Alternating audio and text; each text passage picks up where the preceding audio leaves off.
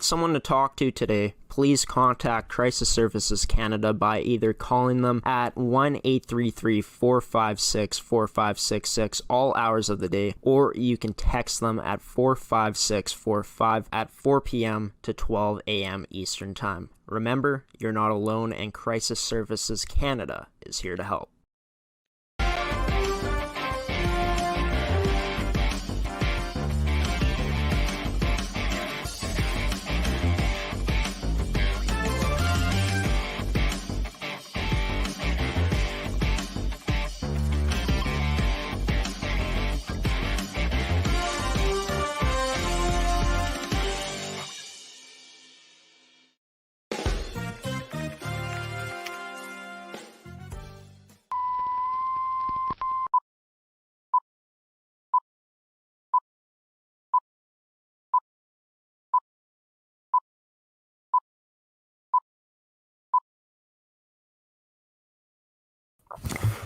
Good morning, everyone, and welcome to this edition of Coffee with Graeme on ASTV Productions. I'm your host, Graeme Forsyth. Just got to get the frame adjusted here. Didn't do that beforehand, but you know what? It's all good.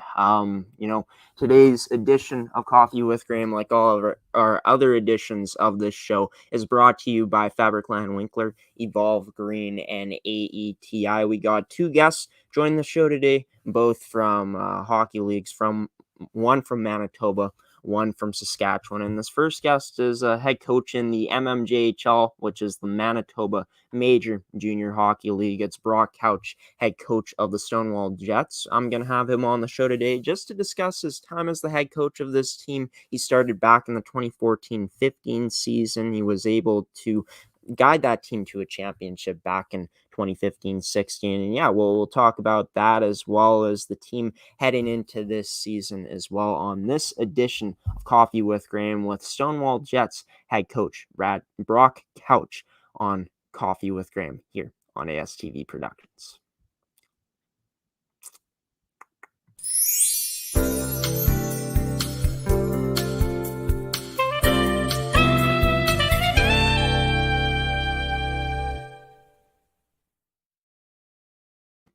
Joining the show now is Brock Couch, head coach of the Stonewall Jets in the MMJHL. Brock, after a long weekend, it's nice to have you on the show. How are things going with you, and just what were you up to on the long weekend? Good morning. Thanks for having me, Graeme. Long weekend was a little bit of work, a little bit of play. It was nice to see some friends I hadn't in a while, and I just kind of stuck around home. Didn't do too much. Watched some tennis. Right on. Yeah, big tennis guy. No, just kind of put it on, and yeah, for sure. Well, I'm a big tennis fan. It's awesome to see the U.S. Open back for another year. Lots of great tennis players out there right now. But yeah, great that you were able to chillax and also put in some work on the long weekend. You guys are getting set to have your first set of tryouts tonight. First tryout goes tonight in Stonewall. Just how exciting is it to know that we're going to be seeing some Stonewall Jets hockey back tonight? Yeah, it's definitely nice. It feels good. We already had like a couple preliminary skates. Just had some free ice for the guys if they wanted to get going, and so there was some more bodies from week to week throughout August. So no, it should be a decent turnout here. There's always some late comers in camp, whether it's from Junior A or guys just deciding to get off the couch and finally come and play. But it'll be a fun camp. It'll be a younger squad this year. Last year we lost a few 1999 born players. We had a really, really mature squad last year, and unfortunately got cut short, and now they're done. So I feel bad for those guys. I feel their pain. I can imagine what that would be like. I can't imagine what that would be like, but yeah, it'd be nice to see some fresh faces and get some things going. Yeah, for sure. And yeah, just so unfortunate just for the 99s last year getting there season taken away from them essentially due to COVID-19. But it's going to be nice to see some hockey back this season in the Just talking about the team, obviously, like you said, losing some 99s last year due to them aging out. Where is the team looking to add the most this season with those players aging out? I would say like our forward core took a big hit. We still have a few returning players, but those guys are going to need to play a bigger role. Um, just like the 99s, those guys lost the whole season too. So there'll be a lot of catching up to do, I guess you could say, and probably some new experiences for some guys. So um, I would say, especially in our top six, we need to either make some changes and bring some guys up, or find some other guys that can play those roles. The the depth guys like our bottom six and our workhorses, those are kind of in place right now. But you never know. One of those guys could find themselves stepping up on the top six. But that's where I would say the most is our point getters, our producers. Those are our old guys. So there's opportunity for young guys to step up for sure. Yeah, for sure. It'll be interesting to see who steps up this year for the Stonewall Jets, just like you said, after losing some of that talent up front. Just talking about the D core, you guys are going to have two significant D back in Garrett Malley and JT Tal. Not sure if I'm pronouncing those names right, but two defensemen you guys are getting back. Just speak about how they're going to help this D core this year in terms of just their experience and what they're going to bring to the table. Yeah, definitely starting with JT. It's Toll actually, JT Toll, but he's a fourth year guy. He's got a lot of speed and he's a heads up player. He can skate the puck out of the zone most times, I would say. He's definitely going to be a leader back there and someone for guys to look up to. With Garrett, I'm not sure how much we'll see him at the start of the season. He's a farmer, so. I still have some reservations about whether he's going to be right out with us right from the start. But I know I've talked to JT; he's been raring to go. So we had a big signing in Carter Bateman, who's joining the team. He's got a lot of experience and a very talented player at the back end. So be exciting to see where how he fits in there. Nick Finson is another returning defenseman who is a young, speedy defenseman. But yeah, definitely all our D can skate, all of them can move. So that's huge for us to be able to just, if they can get the puck on their stick and take a few strides, they're beating most guys out of the zone. So that's what we need from those guys is be responsible, get the puck out of the zone, move it up the ice, and then join the rush the odd time. They can't do it every time, but definitely encouraged. Yeah, for sure. No doubt about it. Always huge when you're able to have a decor that's not only solid in the defensive zone, but can also transition and give you guys some offense as well. Just speaking about Carter Bateman, Stonewall product, he's had a chance to play a high level of hockey to this point throughout his playing career. Just how huge is it truly going to be to add someone like that, adding some young talent to the team? Yeah, it's great. It's good because he'll have a future with the team too. It's a one and done thing. He's decided to slow things down a bit and go to school, and that's what this league is designed for, right? Play some competitive hockey and work or go to school at the same time. But it definitely also can be a draw for other younger players or players that maybe they have the opportunity or the talent to play at the next level, the junior A level, but some things maybe take priority in work or school. And if some guys here like, oh, Carter came in and he's doing this and he's having a great time with Stonewall Jets, then it becomes more attractive, and it is a great place to play. Like when I played, we weren't in the same spot as an organization as we are now with the things we can offer these guys, and the room and everything like that. So definitely our head office, our right from our president down, they've done a great job at building the brand and the organization to what it is now. And um, yeah, it's a big thing to get a high caliber player like that. Yeah, for sure. And just speaking about the organization, you guys ended up getting a new GM, if I'm not mistaken. I think I saw that on your guys' Facebook post when you guys posted about the signing of Carter. Just speak about the new GM and just how exciting of an opportunity is for you to be able to work with him. Yeah, it's great because well, I mean, our president last year, and our president, and he was also our general manager, and that's Dale McClintock, and he's done a great job. It's a lot of work for the guy. He has two young boys himself. I think they're 8 and 10, or 9 and 11, or something like that. So there's a lot going on for that guy. He needed a bit of help, and so a local guy, Liam Wedden, stepped in, and he has a son himself who's I believe an 04 born, who's been around and played a lot of hockey himself. So he has a good bead on that coming up age radar, the prospect prospect group.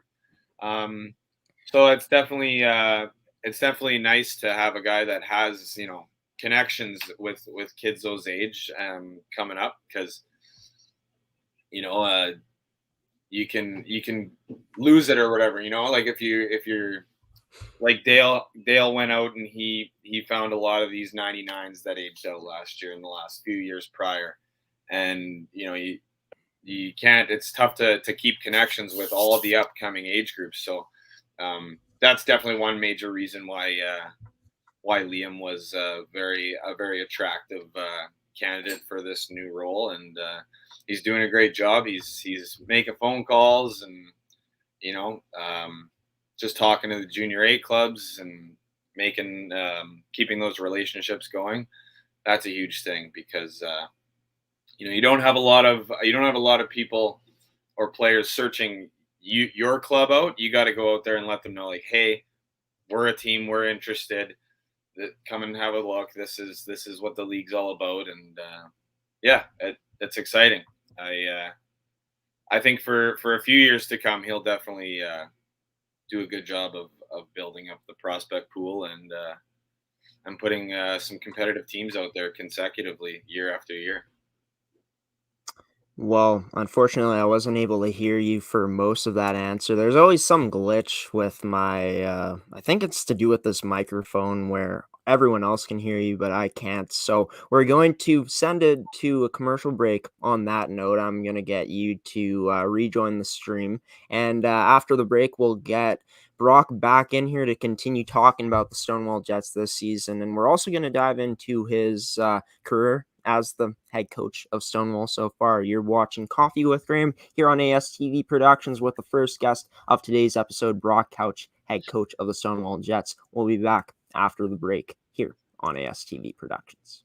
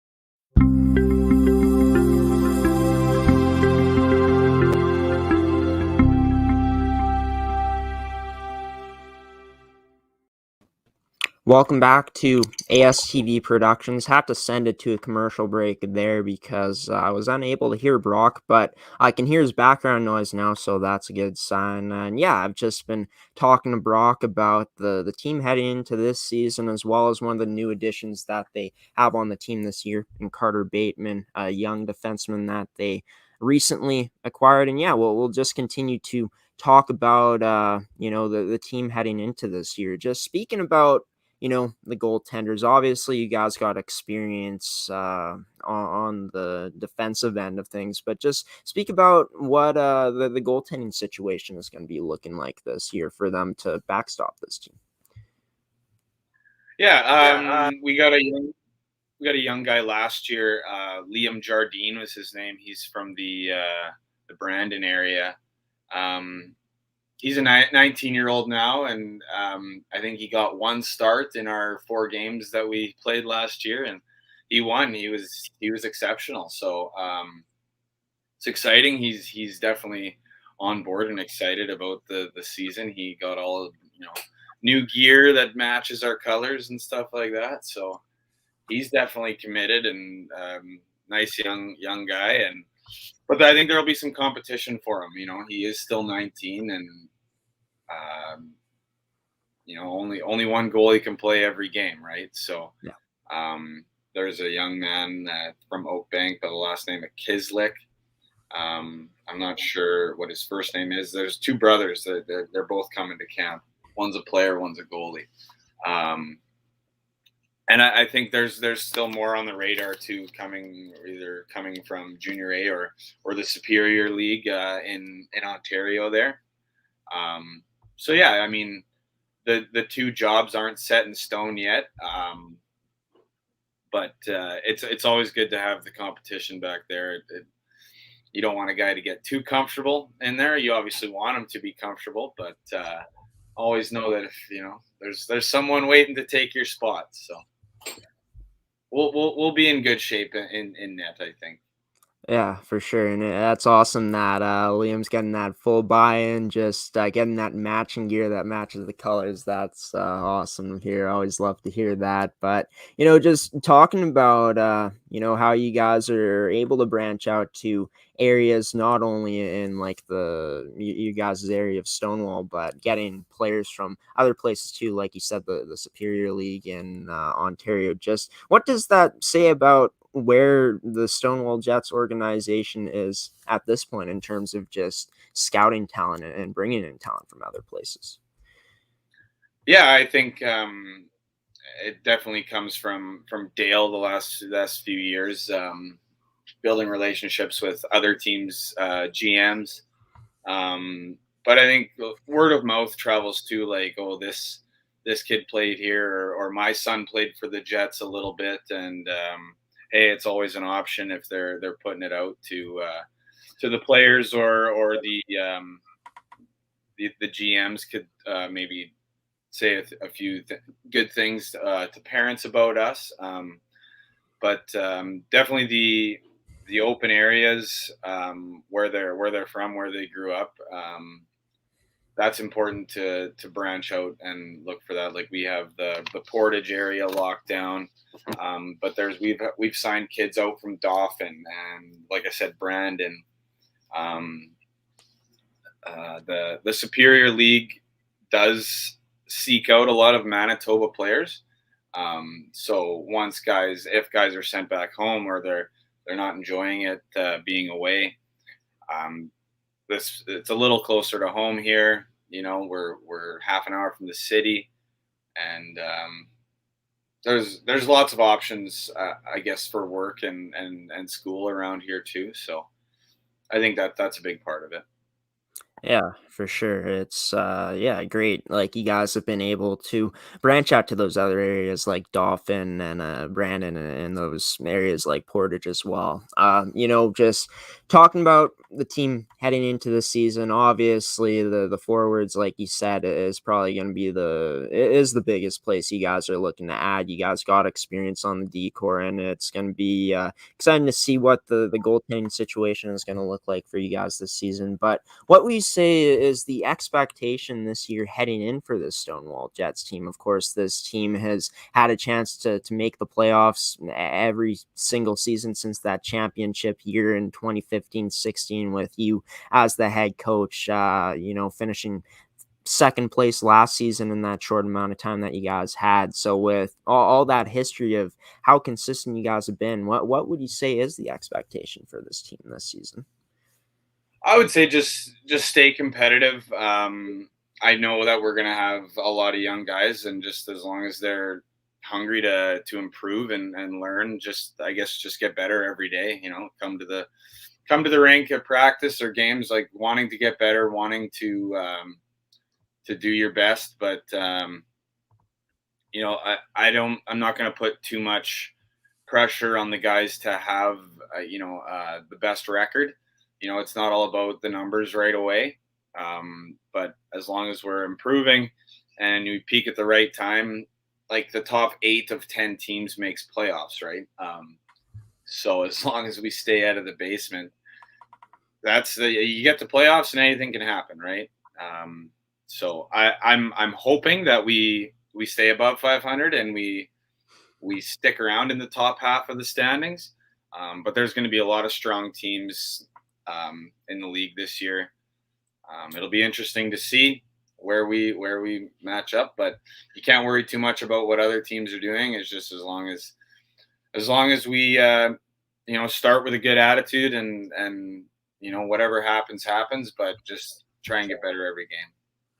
Yeah, and it will be definitely just such a fun league to watch this year with how competitive the league is going to be. You got your Transconas, Pembina Valley, and teams from St. Vital, St. Boniface, of course, you guys, and so many others. So it's going to be a fantastic league to watch this season. We're going to kind of go back a bit and into the early years of you as the head coach of this team. Of course, you started off in 2014-15 as the head coach of the Stonewall Jets. Just speak about how it came to be for you getting this opportunity to be the head coach of this team back then.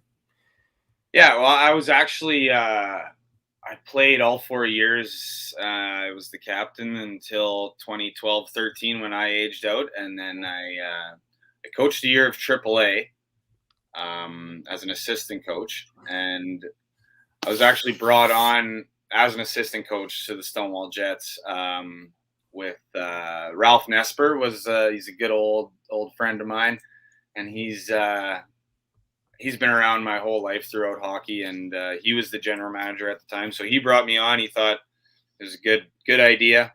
I've been around the organization as a player, so let's try it out as a coach. I was an assistant coach. The head coach was Mike Demiduk. He's been around the junior B leagues quite a bit, but he stepped down the next year, and we signed another assistant coach, but we ended up just both being co-coaches. So we were both neither of us was the head coach, but we each I took the forwards, he took the D. We put our heads together for everything we decided on. That was Matt Figure. So we each learned a lot from each other. We have different styles. It worked, and that was the year we won the championship. So, I mean, from there, I wasn't going to lose my job as coach. So we stuck together, just us two, for a few years. And he moved up to the office with Dale McClintock, and they said, it's all yours. So I guess as officially, I've been head coach for 4 seasons now. But yeah, I mean, it was once you have a tough year there. We had a tough year my first year coaching. We got some new guys in, new management, just a fresher look, and yeah, once we won the championship, then it was it was, I want to say it was easy, but it was fun to come to the rink and coach and get a lot out of guys. And you kind of gain a little bit more respect once you've done something like that. And it just escalates from there. Guys want to come and play. You learn, you see a lot of different types of players with different personalities.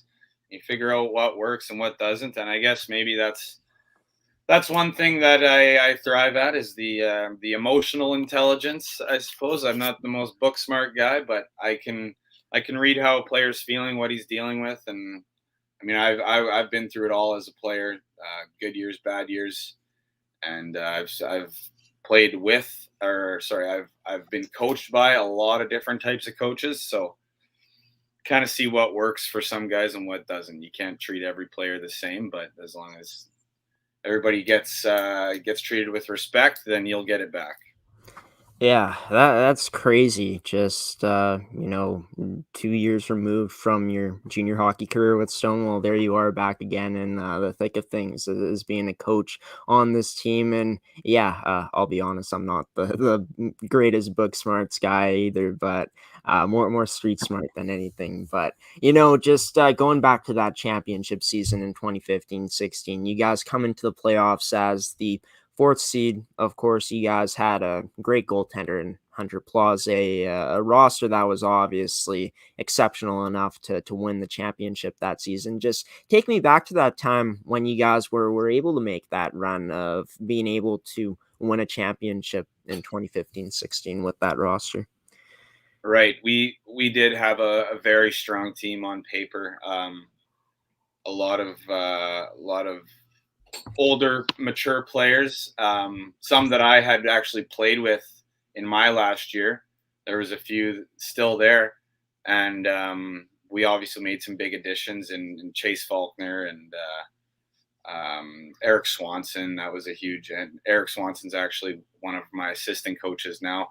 But I would say that year we underachieved all year long. It was just an up and down crazy roller coaster where we look like the best team in the world or just like awful. So I think those times are good, where you know what makes you good and when you're playing well and what makes you successful, and you know what doesn't. So that helps you learn. And I mean, the first round wasn't looking good. We were kind of like in the same boat. I think we won the first game of playoffs, and we were riding high. We were like, oh yeah, that's how you do it. And then we lose 3 in a row, and we're down 3-1, and we were against St. Vital, who had like a lot of talent up front. So I think we were on our heels. Like those next 3 games, they just came at us. And then I think we gave our heads a shake and like, listen, we're bigger, we're stronger. We just got to look after our net, and the rest will take care of itself. And when we made that series 3-2, we didn't lose a game after that. We had a crazy comeback win, staved off elimination. It was 3-2. 3-2 back at home for game 6, because that was I think we won it at home. Yeah, I think we won it at home. It was two on the road in a row we won, and then we won game 7 at home, and then we swept all the way through. It was crazy. I want to say we had a complete lineup of line 1 was just like they're either scoring or coming very close every time they're on the ice. Line 2, you could put out for whatever situation. They were dangerous in all aspects. But when we had 3 very defensively reliable lines, and 2 of them could also hurt you, in your offensive end. And we weren't worried to put out our 4th line. Like our 4th line played against other teams' first line. And that's so ideal that we were able to do that. So then, yeah, when you can do things like that, it's not easy, but it makes things a whole lot easier to match lines, or just get your matchups that you want. And we dominated from there on out once we got that figured out. And once guys accepted their roles, they embraced their roles. And when you win together as a complete team like that, everybody's involved and everybody's on board. It's a great feeling. Yeah, for sure. And just crazy when you're able to have a fourth line that can play against the team's first line. Definitely a coach's dream for sure in that aspect of things. And when I think of Stonewall, I've had a chance to watch you guys play. I've had a chance to do some like goal judging for the Twins because my uncle Mark has been involved with that organization for a very long time. And I've had a chance to watch you guys play, and it's always been you guys being a fast, physical team. With you as the head coach of this team, would you say that's been the style of play, is just being that fast, hard-hitting team that's tough to play against? Yeah, for sure. The earlier you can wear teams down in a game, that just pays dividends later on. Um, you can't win the game in the first period, can't even win it in the second period, right? So if you're just relentless with your forechecking, with your back pressure, taking away time and space, that gets teams frustrated. They'll start doing things out of character or making mistakes, and that's when you capitalize. So definitely, that's kind of been the Stonewall brand for a while. Is hardworking, fast, in your face, and then if you got a bit of talent mixed in, if you have a bit of talent mixed in, that's just a bonus. So. Yeah, for sure. And yeah, it'll be interesting to see what type of players you guys can bring in this season to fit that style of play, as well as like I said before, how those experienced defensemen will step up as well in terms of just fitting, the style of play that you guys got as well this season, and just the returning players up front. Just first exhibition game is coming up this Sunday on the 12th. You guys are going up against Raiders Junior Hockey Club.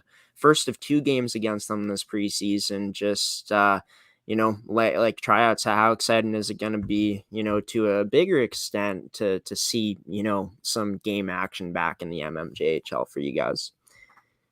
Yeah, I'm definitely excited. We've been us and the Raiders have been rivals for years, so it's always nice to see those guys, maybe even start getting some stuff going before the actual regular season starts. But no, I'm excited to see like some of these new young guys. I've never seen them play. I've only just seen them in practice, or not even like some of them. I don't know what they can do.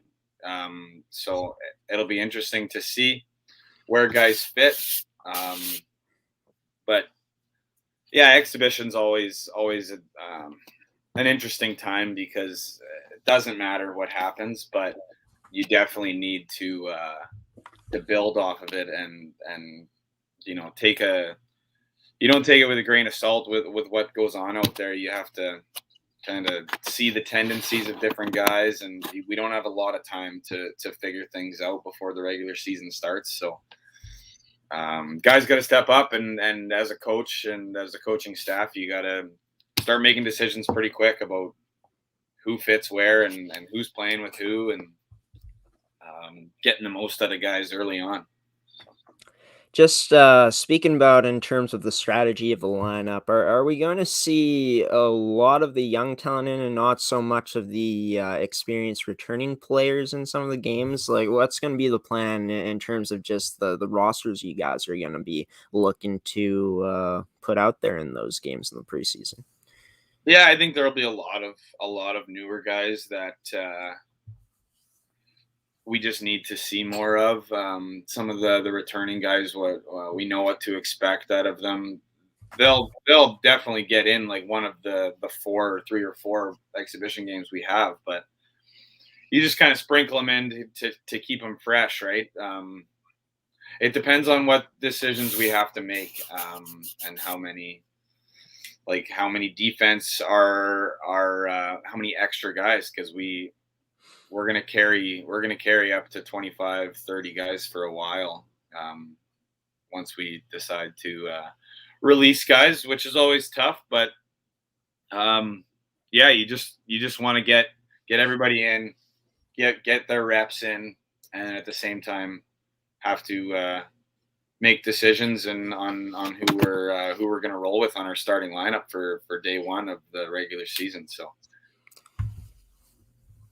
Well, always a fun time of the year to just, see what lineups work and what players could be making the team. A lot of fun to see the MMJHL coming back very soon. Of course, preseason starting this Friday. You guys start your preseason on this Sunday. I wish you the best of luck in that game and throughout the rest of preseason as well as in the regular season. Brock, thanks so much for taking the time out of your Tuesday morning for joining Coffee with Graeme today. It was a lot of fun. Of course. Thank you very much, Graeme.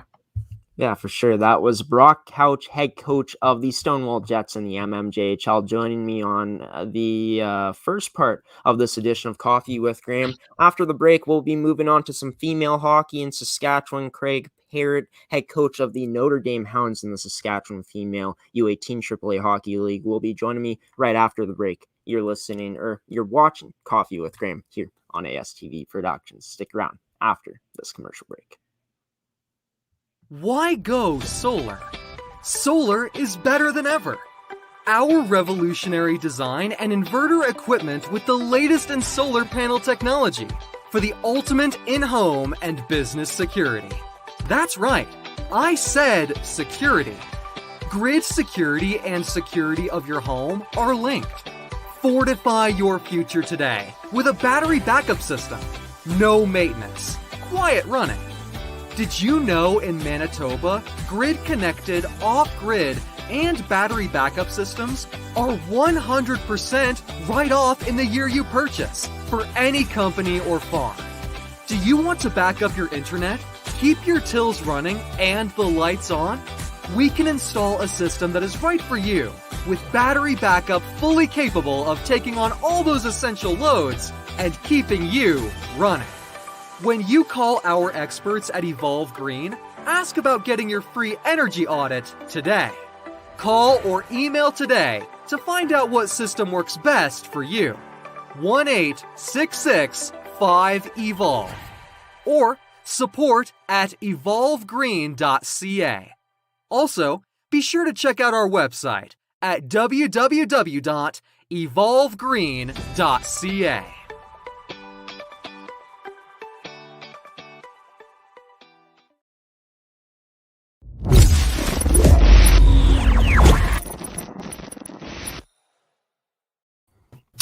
Welcome back to Coffee with Graeme on ASTV Productions. Of course, we are live right now on our Facebook at ASTV Productions, on our Twitter at Amateur Sports TV, as well as on our website at astvproductions.com. It's been a fun show so far. Had a chance to talk to a coach in the MMJHL, Brock Couch, head coach of the Stonewall Jets. We're going to move on to some female hockey now, like I said, before going to the last commercial break. And it's Craig Perrett, head coach of the Notre Hounds in the Saskatchewan female U18AAA Hockey League, joining this edition of Coffee with Graeme. Craig, how are you doing on this Tuesday morning? Thanks so much for taking the time and joining me today. Well, thanks for having me, Graeme. Doing well. Getting ready for practice here right after lunch, and finished up our fitness testing last night. So look at those results today and have some conversations and see where we go. Right on. How long have you guys been at it so far this season in terms of just doing things like that? Not even a week yet. So the kids got to school last week, went through all our orientations and registrations and the usual things we do at the start of the year, and then got on the ice. And got through our fitness testing, finished it off last night with both sets of our groups. Yeah, and even though it's very early on, I'm sure the excitement is pretty high so far. I feel like you'd agree with that, just in terms of seeing hockey back here in Saskatchewan. Yeah, it's been great. We've had a long break. We were fortunate enough to get 6 games in last year, but we haven't done much game-wise for a long time. I think this summer when the rinks opened up again, I think we were all craving to get back into it just to watch live hockey. So to get back on the ice and knowing that we're playing some games here in the next week or so, it's pretty exciting for everybody. Yeah, and you guys had a strong showing last season in the regular season, going 3-1, most goals in the league at 22, and only 10 goals against. Just even though we were only able to see a short amount of games last year in the league, just how nice was it to see just the results that you guys were able to get through those 4 regular season games? Well, scoring is always a big challenge in the female game, so it was nice for us on that side of it.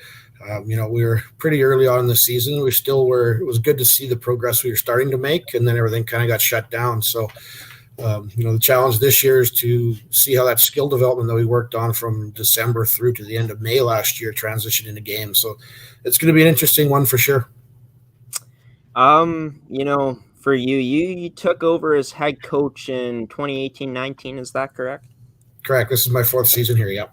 Yeah. So just looking back at that time when you started, how did it come to be for you to be able to get the job as the head coach of this team? Well, there's an open tryout, or I guess an open application process. I had a couple alumni that I talked to based in Alberta that knew the program well, guys that I knew just come up through the hockey. I knew about Notre Dame and a lot of the stuff that goes along with it from me playing in the SJ, but that was a long, long time ago. So I ended up going through the application process, came out here for a visit, met everybody on campus, and saw the opportunity to, develop female hockey players, student athletes, not only just with hockey, but, develop the school side of it, the leadership side of it. Pretty unique environment here with the culture and just the history around it. So figured if I can't, coach hockey players here, I think I'm in the wrong profession. Might have to get back into my sales job. For sure. You've done a pretty great job of coaching so far with this team, of course, winning Coach of the Year in 2019-2020. But just speaking about that, just how this is a hockey academy at Notre Dame, just how cool of a perspective is it just seeing that not only you get to coach these players, but also just getting to know that these players are together most of the time as well, just in terms of going to school together. Well, that's the unique aspect of it. I mean, we always talk about our biggest strength is the fact that we all live together. We're in our own little bubble as a community. New truck rolls into town. We all know who someone new's on campus or wondering who it is, but it's also our biggest weakness. There's no hiding from each other. So we've got to learn to live together through good times and bad times. We can't be our best every day. We can't like each other every day. I'm sure there are times that the girls are really mad at me. And I know there are times that I'm not happy with them, but we have to figure it out right away. Because again, I see them at the rink. I see them at dinner. I see them walking across campus. It's not like a regular place where after practice, you jump in your car and go home. I may not see you till tomorrow. I'm going to see you multiple times throughout the day. So we have to get it figured out pretty quick. Yeah, for sure. And to your point, it's not always going to be perfect where everyone's always getting along, right? There's always going to be some ups and downs, but it's about how, the team and the players and the coaching staff, I guess, bounces back and can handle not adversity, but some of those issues. But, just talking about it, the year you took over, the team went to the semifinals the year before. This team finished in 5th place that season. And you guys end up making it back to the semifinals. Just how huge was that in your first year, just knowing you could take over and lead a team like this back to the semifinals like the year before? Well, it was an interesting year. We ended up losing a lot of the talent that the year before I got here. A lot of the girls moved on to college, and picking up the program, we had to change a few things. There was a lot of habits and stuff that we had to change from our side of it. I'm pretty sure if you go back and interview some of those girls, I was not a popular person for the first 3 months, that's for sure. We were fortunate enough. We had Caitlin Ross in net. So really, if we could get ourselves playing the right way in front of her, she was going to stop 9 out of every 10 shots or 10 out of every 10 shots and give us a chance in every game. We got things going the right direction. And then after Christmas, we kind of took off as a team. A couple pivotal moments where the girls all came together and realized that, hey, the coach wasn't crazy and that actually the way he wanted us to play is actually working. And we got some good momentum after Christmas. And Caitlin carried us right into the playoffs that first round against Prince Albert. And like I said, everything kind of clicked there, and we ended up really hitting our best performances as playoffs hit. So that was a good, as a coach, it's a rewarding time when you can see that happen. Yeah, no doubt about it. Just for you in that first season, like you said, first 3 months, you weren't the most likable guy out there. But like you said, as the season went along, these girls really bought into what you were preaching and selling as a head coach. Just, how huge is that truly to get that type of buy-in in your first season as the head coach, just coaching a new bunch of girls like you did? Well, I guess it's huge. It doesn't matter if it's the first season or this season. I mean, buy-in is always the biggest challenge you're going to get. You're always bringing a new group of kids together. At our level, you're always graduating out, 5, 6, 7, 10, 11 girls. So you're always got a new set of kids you're bringing in that have all come with their own backgrounds. So trying to get them to buy into what you want them to do and your vision of the team. It's always a challenge. It helps when you have really strong leadership, and I've been blessed with that since I've been here, with really strong leaders that had good, strong personalities, and fortunately matched up with what I wanted to do from a coaching perspective and a playing perspective.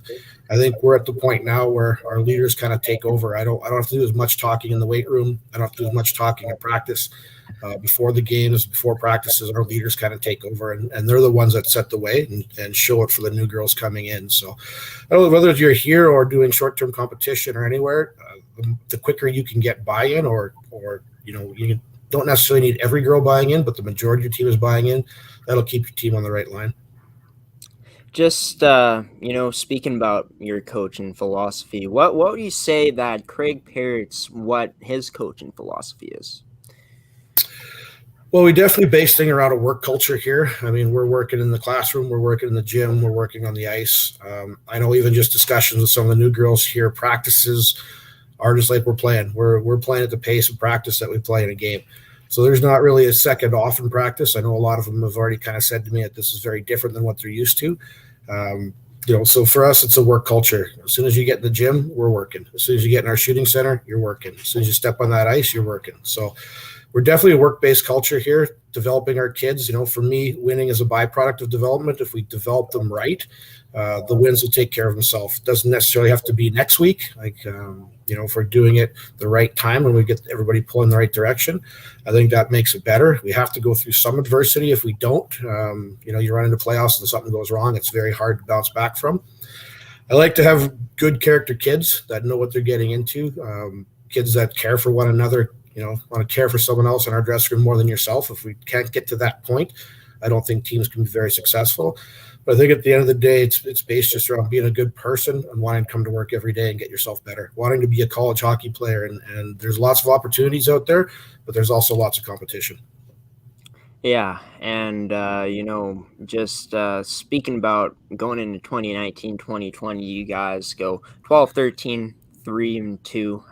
You guys had the opportunity to add your daughter in Ryan Perrett, who ended up leading the team in points. Just speak about what the talent was like in that season in 2019-2020 for you guys to have another season like you guys did.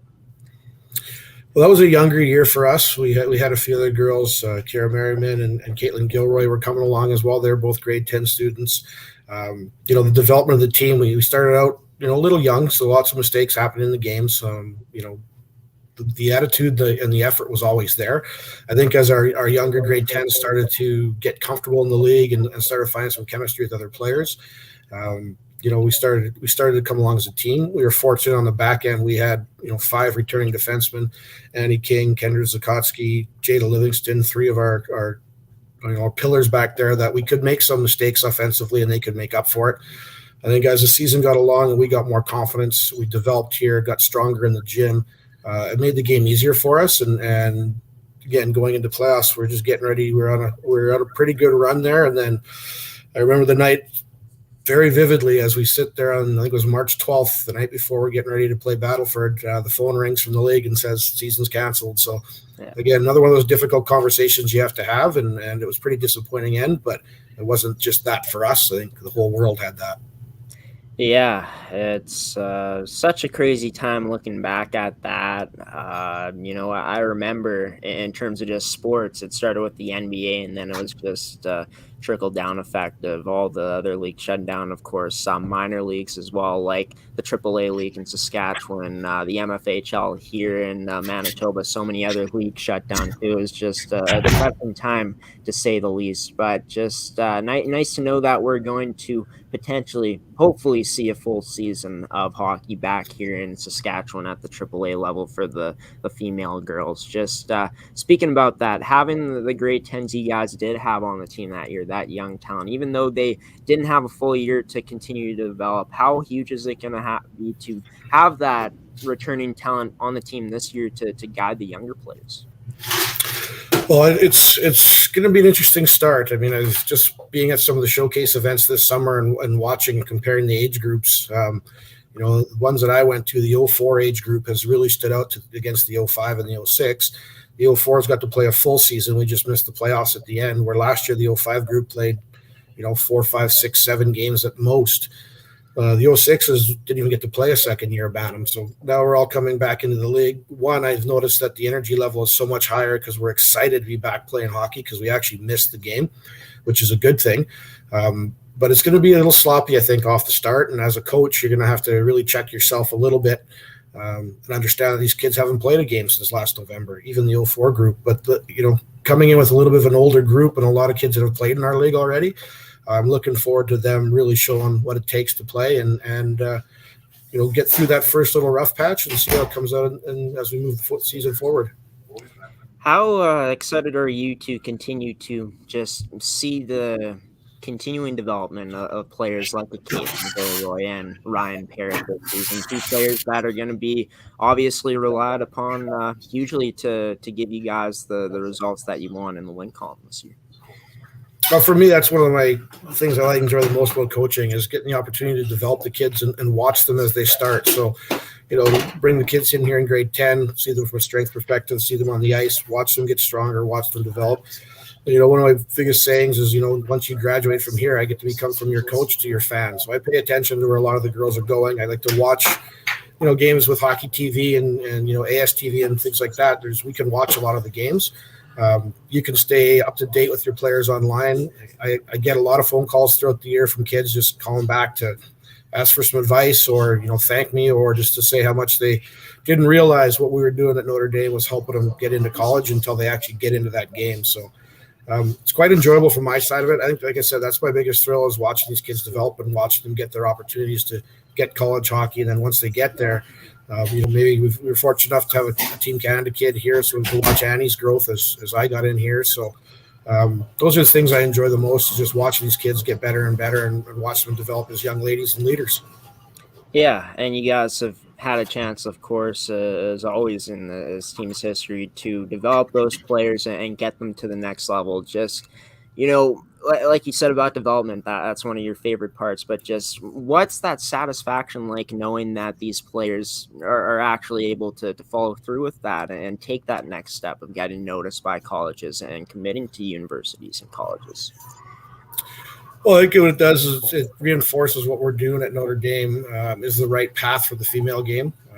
We're not the only ones. There's a lot of players in our league that are getting the same opportunities. We're just fortunate enough right now. We've got 4 kids committed already from our 2004 class. I guess it's a 2022 class. We've got a couple more left to get. But I mean, really, at the end of the day, they're not going to college to sign $1 million NHL contract. Hopefully, there's a female pro game out there in the next 4 or 5 years for some of these kids, but their NHL is college hockey. And if we can get them, continue to develop what we can and get them into whether it's NCAA Division 1 or 3 or U Sport or ACHA or ACAC. And I coached at Mount Royal University for 2 years. I know how good the Western division of U Sport is and how fast and how incredibly close that league is. For us to do what we do here to help them be successful there, that just, again, it makes it fun for me. Yeah, for sure. No doubt about it. Just always great to see those players take the next step because, like you said, there's not much opportunity out there in terms of pro leagues like the PWH PA, which just basically started recently. But yeah, in terms of opportunity, college hockey is like that dream for the girls in the sport of hockey, and of course playing for Team Canada down the line if it gets to that level. But just talking about the expectation for this group, of course, you guys have some experienced players coming back. You guys finished first, not first in the league, but top near the top of the standings last season in those 4 games. You guys were near the top of the standings as well, finishing third in the 2019-2020 season. Just with how the experience has been building with this group in that 2019-2020 season, and just the new players you guys got coming in this year, what would you say is the expectation for this Notre Dame Hounds team when you guys truly start going? Well, we're expected to be one of the better teams in the league. We've got 11 returning players. I've got 11 grade 12s overall, so we've got about a bunch of experience from kids that have played midget AAA. I think our league is going to be very tight this year between us, Swift Current, Regina. They're all going to have 3 very strong teams. Mayburn's got much better with a lot of their kids coming back this year. Battleford, PA has the SO Cup again this year, so they're going to actually get to host it for the first time. So that team is going to have some really good players that have showed up there. And Saskatoon is gone a little bit younger, but those kids are very talented. So, our league, I think in the end, it's going to be one of those nights where anybody can beat anybody. I think, with the coach talent we have in this league as well, I expect the teams to come a long way. So our expectations, and not just from me, but from our leadership group and our returning students, is they expect to be one of the top teams in the league now. Lots of other people think the same thing, so it goes along our path. We got to continue to work every day and get a few lucky bounces along the way, and hopefully we can be in one of those top 3 positions at the end of the year. Yeah, for sure. It's going to be such an exciting league to watch this year, just with how many experienced players are coming back on these teams. And yeah, it's going to be fun to watch for sure. Just talking about when you guys start playing exhibition games, what's on tap for the schedule before the season in terms of just the exhibition games you guys are going to be able to play in? Well, we got a pretty rough schedule here the next month from an exhibition standpoint. We're going to 2 tournaments here before the 3rd week of October, with last year being a kind of a dead year for recruiting period. We're going to the Calgary Fire Starter next week. We're going to play probably in what I think is the toughest division there. We got the Edmonton Pandas, who are one of the best teams in Western Canada. We got Rink Kelowna, or POE, who's always had a very strong program the last 6 years. We got the Lloydminster Steelers in our group. So Lloyd's had a really strong team the last 5 years in Alberta as well. So I think that's going to get us right out of the gates, kind of what you want as a coach. You don't want to go to a tournament and play some of the lesser known teams and have success of blowing them out kind of thing. I think these games are going to be tight, hard-fought games, and we're going to figure out who we are right off the bat. Then we get Swift Current for a couple of games. Again, one of the top teams in our league.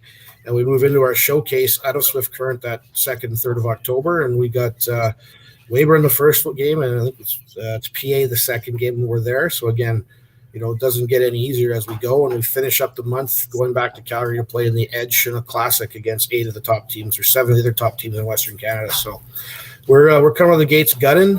We're hoping to find some good competition, as well as get our kids recruited or started to be scouted who've missed a complete year. I know, talking to a lot of the college coaches, they don't really know a lot of the 05s in Western Canada. So to me, getting some of these top games will get more scouts at our games, and we'll figure out who we are as a team pretty quick, and we'll get some opportunities for our kids.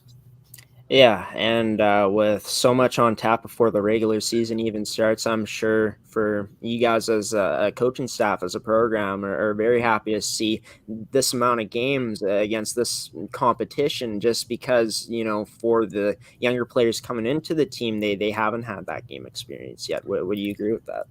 Absolutely, and that's another kind of method to our madness. The more games we can get in before our regular season starts, the better I think it is for our group. Again, that 05 and that 06 class hasn't had any opportunity to play. So they're going to come in and 4 or 5 games in regular season not going to do much when we're playing every second day here coming through first month of October. So I think it's going to be a lot of fun for us. And again, it's from our coaching staff. I'm fortunate enough to have my 2 assistant coaches back. So we're kind of ahead of the game with the 3 of us already. So it's not a learning curve for us on the bench. We'll be able to make some adjustments here and go. So just looking forward to it. I'm just happy we're playing games again. Yeah, for sure. And I think you speak for every single coach here in not only in Canada, but in hockey that didn't have a chance to have a season last year. It's going to be a lot of fun to see. Best of luck to you and your team in these upcoming tournaments, these exhibition games, and in the regular season as well. We'll be sure to have not only you, but some of your players on the show coming up in the upcoming months for sure. It was awesome getting to talk to you, Craig. Well, thanks for you, Graeme, and also thanks for what you're doing for female hockey. I know I got to watch a lot of your stuff last year. After you interviewed my daughter, I started paying attention and watching a lot of the interviews you do. It's nice that we're getting some actual publicity for the female athletes. There's a lot of good ones out here in Western Canada. There's a lot in our Saskatchewan league, and I'm glad that you're putting a little bit of a spotlight on it for us and helping us trying to get these girls to the next level. So thank you for that. Yeah, no doubt. Lots of great skill in female hockey here in Canada, and they get this.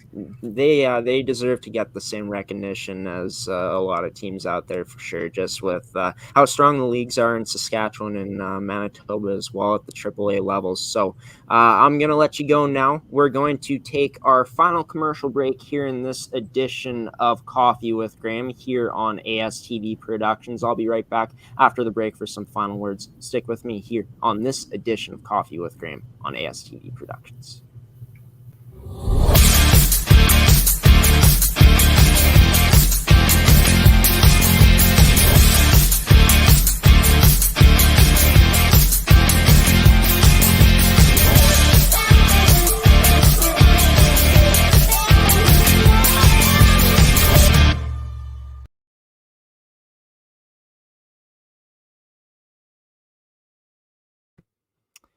Welcome back to Coffee with Graeme on ASTV Productions. Of course, I was joined by two hockey coaches today, one from Manitoba, one from Saskatchewan. Of course, that coach from Manitoba being Brock Couch, head coach of the Stonewall Jets in the MMJHL. And I also recently, like you guys just watched, I had a chance to interview head coach in the Saskatchewan Female U18 AAA Hockey League of the Notre Dame Hounds, Craig Perrett. I want to thank both Brock and Craig for coming on the show on this Tuesday morning. I want to thank all of the viewers, yes, you, the viewer, for tuning in on this Tuesday morning, as well as the sponsors of today's edition of the show. Of course, the official sponsors of Coffee with Graeme in Fabricland Winkler, Evolve Green, and AETi, as well as another sponsor we had in here today in Tovey Hockey in the first commercial break of the show. And yeah, in terms of when Coffee with Graeme will be airing next, we'll be coming to you on Thursday morning,